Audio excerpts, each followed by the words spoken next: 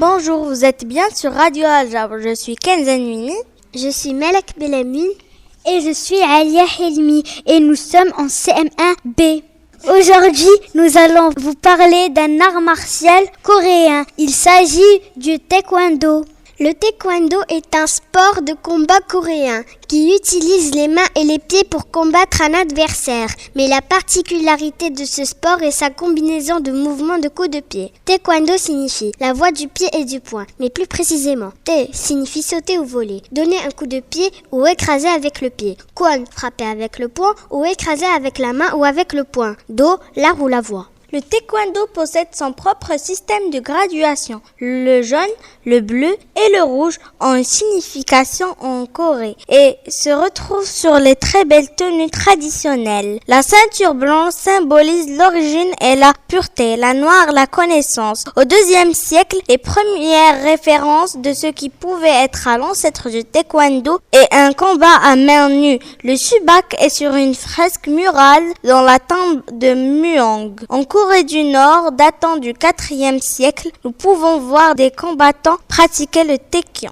Ce sport de combat utilise déjà un jeu de jambes particulier, rythmique, fluide et léger que nous retrouvons dans le taekwondo. À partir du XVIIIe siècle, le taekyon devient le sport le plus pratiqué par toutes les couches de la société. Lors de la colonisation japonaise de 1910 à 1945, les arts martiaux coréens furent interdits et le taekyon faillit disparaître. Mais un maître, Sang Dok-ji, recommença alors à enseigner ce sport de combat aux jeunes générations et vers la fin des années 1950, une fédération des écoles d'arts martiaux coréennes fut créée.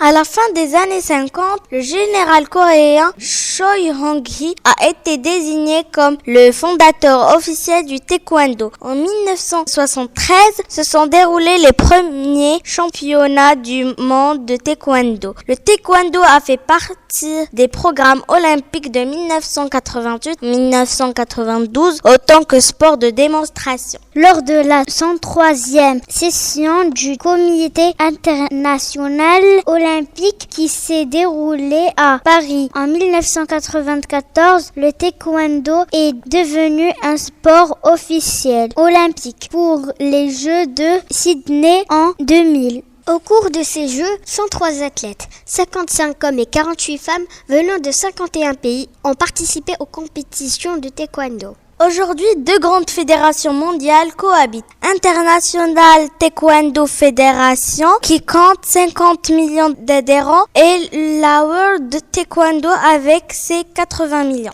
Voilà, c'est tout pour aujourd'hui. Merci, à la prochaine.